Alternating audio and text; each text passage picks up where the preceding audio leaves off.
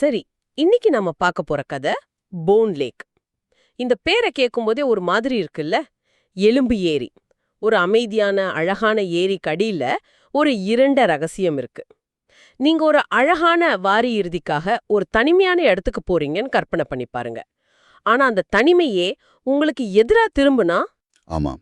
இதுல முக்கியமா நாம கவனிக்க வேண்டியது என்னன்னா, ஒரு பாதுகாப்பான இடம், ஒரு சொர்க்கம் மாதிரி இருக்கிற ஒரு இடம், எப்படி படிப்படியா ஒரு சிறையா மாறுதுங்கிறது தான். கரெக்ட். ஒரு உளவியல் போர்க்களம் மாதிரி.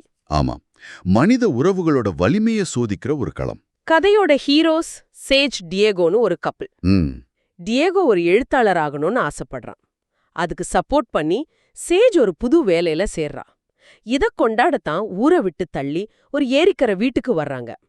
ரொம்ப அமைதியா அழகா இருக்கு அந்த இடம். இங்க இந்த தனிமைங்கிற வார்த்தை ரொம்ப முக்கியம். அந்த தனிமை தான் அவங்களோட பாதுகாப்புன்னு நினைக்கிறாங்க. ஆனா அதுவே தான் அவங்களுக்கு ஆபத்தாவும் அமைய போகுது. ஆமா, அவங்க வந்த கொஞ்ச நேரத்திலேயே அவங்க தனிமை உடையுது. வெல், ஷென் அப்படின்னு இன்னொரு ஜோடி வர்றாங்க. அவங்களும் அதே வீட்டை தான் புக் பண்ணியிருக்கிறதா சொல்றாங்க. இங்க தான் முதல் திருப்புமுனை. இது ஒரு தற்செயலான சந்திப்பு மாதிரி தெரியுது. ஆனா இதுல எனக்கு ஒரு கேள்வி இருக்கு. ஒரு முன்பின் தெரியாத ஜோடி வந்து இப்படி சொன்னதும் சரி வாங்க ஒன்னாவே இருக்கலாம்னு சொல்றது கொஞ்சம். நல்ல கேள்வி. இதுதான் சமூக அழுத்தம்.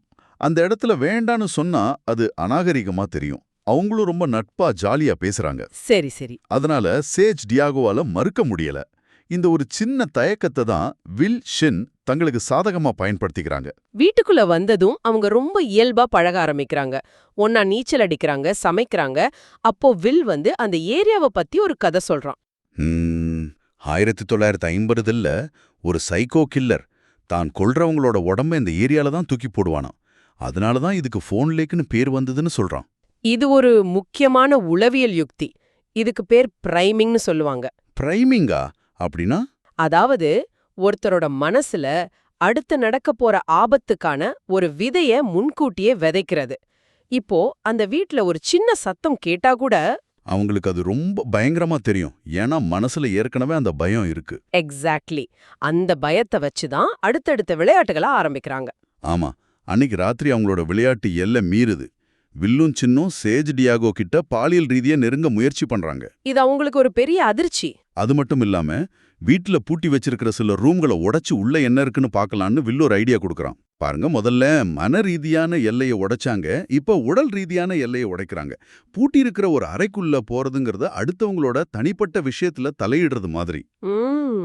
இது மூலியமா இங்க எந்த ரூல்ஸும் கிடையாதுன்னு அவங்க மறைமுகமா சொல்றாங்க. அவங்க அந்த ரூமுகளுக்குள்ள போனதும் அவங்களோட சந்தேகம் இன்னும் அதிகமாகுது. ஒரு ரூம் முழுக்க செக்ஸ் பொம்மைகள் இருக்கு. இன்னொரு ரூம்ல ஒரு ஊஜா போர்டு, அப்புறம் அந்த ஏரியாவை சுற்றி காணாம போனவங்கள பத்தின பழைய நியூஸ் பேப்பர் கட்டிங்ஸ் எல்லாம் இருக்கு. அப்பதான் உங்களுக்கு உரைக்குது இது ஏதோ சாதாரண வாடகை வீடு இல்லன்னு. அடுத்த நாள் காலையில நடக்கிற ஒரு சம்பவம் இந்த நாடகத்தோட அடுத்த கட்டம். அந்த மோதிரம் சம்பவம். ஆமா, டியேகோ அவனோட பாட்டியோட கல்யாண மோதிரத்தை சேஜுக்கு ப்ரப்போஸ் பண்றதுக்காக ஒளிச்சு வச்சிருக்கான். அதை எப்படியோ கண்டுபிடிச்ச வில் எல்லாரும் இருக்கும்போது திடீர்னு அந்த மோதிரத்தை எடுத்து சின்னோட விரல்ல போட்டு ப்ரப்போஸ் பண்றான். நம்பவே முடியல. இது எவ்வளோ பெரிய அவமானம். டியேகோவோட மிக அந்தரங்கமான உணர்வுபூர்வமான ஒரு பொருளை எடுத்து அதை வச்சு எல்லார் முன்னாடியும் ஒரு நாடகம் ஆடுறான். டியோபோ தனிமையில வில்லனை எதிர்க்கும்போது அவ ரொம்ப தந்திரமா பேசுறான். ஆமா, மன்னிச்சிடு சின், என்னை ஏமாத்துறா, அந்த விரக்தியில என்ன பண்றதுன்னு தெரியாம பண்ணிட்டேன்னு சொல்றான். இந்த உரையாடல்ல டியோகோ ஒரு பெரிய தப்பு பண்றான். ஆமா, முன்னொரு காலத்துல சேஜ் தன்னை ஏமாத்தின விஷயத்த வில் கிட்ட உளறிடுறான். ஓ, வில்லுக்கு இதுதான் தேவை. அந்த ஒரு சின்ன தகவல் அவங்களோட உறவை உடைக்கிறதுக்கான அடுத்த ஆயுதமா மாறுது. இங்கிருந்து தான் அவங்கள தனித்தனியா பிரிச்சு தாக்குற யுக்தி ஆரம்பமாகுது இல்லையா? மிகச்சரியா. இதுக்கு பேரு ட்ரையாங்குலேஷன், அதாவது முக்கோண தாக்குதல். முக்கோண தாக்குதல் மாதிரி. கரெக்ட். ரெண்டு பேருக்கு நடுவுல இருக்கிற நம்பிக்கையை உடைச்சு மூணாவது ஆளா உள்ள வருது. வில் சேஜ தனியா கடைக்கு கூட்டிட்டு போறான். ஆமா, அங்க போய் டியோகோ உன்னை பத்தி என்கிட்ட சொன்னா அவனுக்கு உன்னை திருப்திப்படுத்த முடியலன்னு ஒரு பயம் இருக்குன்னு இல்லாததை பொல்லாததை சொல்லி அவகிட்ட பாலியல் ரீதியா நெருங்க முயற்சி பண்றான். அதே நேரத்துல வீட்ல சின் டியோகோவை மயக்க முயற்சி பண்றா. அவங்க ரெண்டு பேருக்கும் தெரியாம அவங்களுக்குள்ள சந்தேகத்தை விதைக்கிறாங்க. இந்த தனிமையான இடத்துல யார் சொல்றது உண்மை, யார் சொல்றது பொய்ன்னு கண்டுபிடிக்க முடியாத ஒரு குழப்பமான மனநிலைக்கு அவங்க தள்ளப்படுறாங்க. இது ஒரு விதமான கேஸ் லைட்டிங் மாதிரி இல்ல? கரெக்டா சொன்னீங்க. ஒருத்தரோட யதார்த்தத்தையே கேள்விக்குள்ளாகிறது. உனக்கு நடக்கிறது தப்பா தெரியுதா, இல்ல அது உன் கற்பனை, நான் சொல்றதுதான் சரின்னு நம்ப வைக்கிறது. ஆனா சேஜ் இத ஒரு கட்டத்துல உணர்றா. ம், அன்னைக்கு ராத்திரி சின் அவளுக்கு போதைப்பொருள் கொடுக்க முயற்சி பண்ணும்போது சேஜ் அதை எடுத்துக்கிற மாதிரி நடிச்சு ஏமாத்திடுறா. அப்புறம் டியேகோ கிட்ட போய் இவங்க 2 பேரும் நம்மள மனரீதியா சித்திரவதை பண்றாங்க, நம்மள பிரிக்க பாக்குறாங்க, நாம இங்கிருந்து தப்பிக்கணும்னு சொல்றா. அந்த நொடியில தான் அவங்களுக்கு தாங்கள் ஒரு ஆபத்தான வலையில சிக்கியிருக்கிறது முழுசா புரியுது. உடனே தப்பிக்க முயற்சி பண்றாங்க. ஆனா அவங்களோட எலக்ட்ரிக் காரோட சார்ஜர் பிடுங்கி எரியப்பட்டிருக்கு. பேட்டரியில வெறும் 6 மைல் போறதுக்கு கூட சார்ஜ் இல்ல. அவங்க மாட்டிக்கிட்டாங்க. அப்போ வில் அவங்க முன்னாடி வந்து நிக்கிறான். டியேகோவை பார்த்து நான் சேஜோட உறவு வச்சுக்கிட்டேன்னு ஒரு அப்பட்டமான பொய்ய சொல்றான். சேஜ் அதை மறுக்க டியேகோ கோவத்துல காரை வேகமா பின்னாடி வெடுக்கிறான். அந்த நேரத்துல சின் அவளோட வண்டியால அவங்க காரை இடிச்சு தள்ளிடுறான். இதோட உளவியல் விளையாட்டு முடிஞ்சு உயிர் போராட்டம் ஆரம்பமாகுது.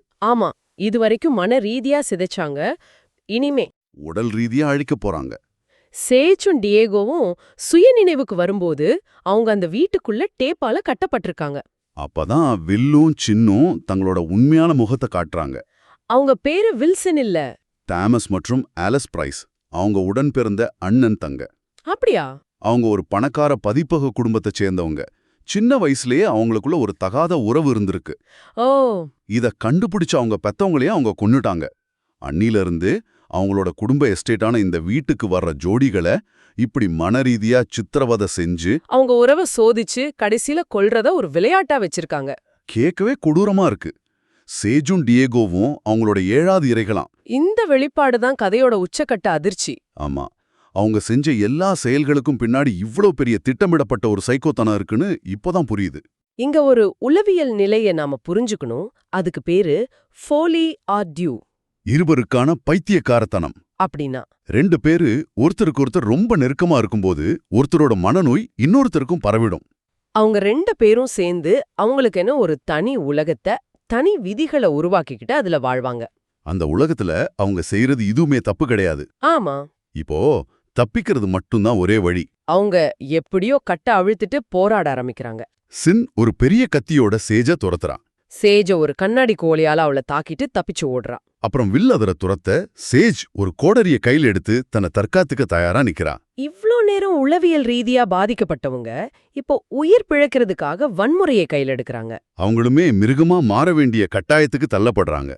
இன்னொரு பக்கம் டியேகோ படகுத்துறைக்கு அடியில ஒளிஞ்சிருக்கான். அவனை தேடி வர்ற சின்னோட கால்ல ஒரு ஆணியால குத்தி அவள அசைய விடாம ஆக்கிடுறான். ஆனா வில் ஒரு எலக்ட்ரிக் ரம்பத்தோட டியேகோவை கொல்ல வர்றான். இனி தப்பிக்கவே முடியாதுன்னு நினைக்கிற நேரத்துல சேஜ் அந்த கோடரியால வில்லோட தலையில ஓங்கி அடிச்சு அவனை கொல்றான். நம்ப முடியாத ஒரு தருணம். ஆனா சண்டை இன்னும் முடியல. இல்ல, சேஜும் டியேகோவும் ஒரு படகுல ஏறி தப்பிக்க முயற்சி பண்ணும்போது காயம்பட்ட சின் அந்த படகுல ஏறி அவங்கள கடுமையா தாக்குறான். டியேகோ கோடரியால சின்னோட கையில வெட்ட அவ விரல்கள் துண்டாகிடுது. அந்த அதிர்ச்சியில நிலை தடுமாறி அவ தண்ணில விழும்போது அவளோட முடி படகோட ப்ரொப்பல்லர்ல மாட்டிக்குது. அப்போ சேஜ் ஒரு நொடி கூட யோசிக்கல. படக ரிவர்ஸ்ல போட்டு ப்ரொப்பல்லரை இயக்குறா. சென் கொடூரமா கொல்லப்படுறா. தங்களை வேட்டையாடினவங்கள அவங்கள விட கொடூரமா வேட்டையாடி அவங்க தப்பிக்கிறாங்க. இதுதான் அதிர்ச்சியோட விளைவு.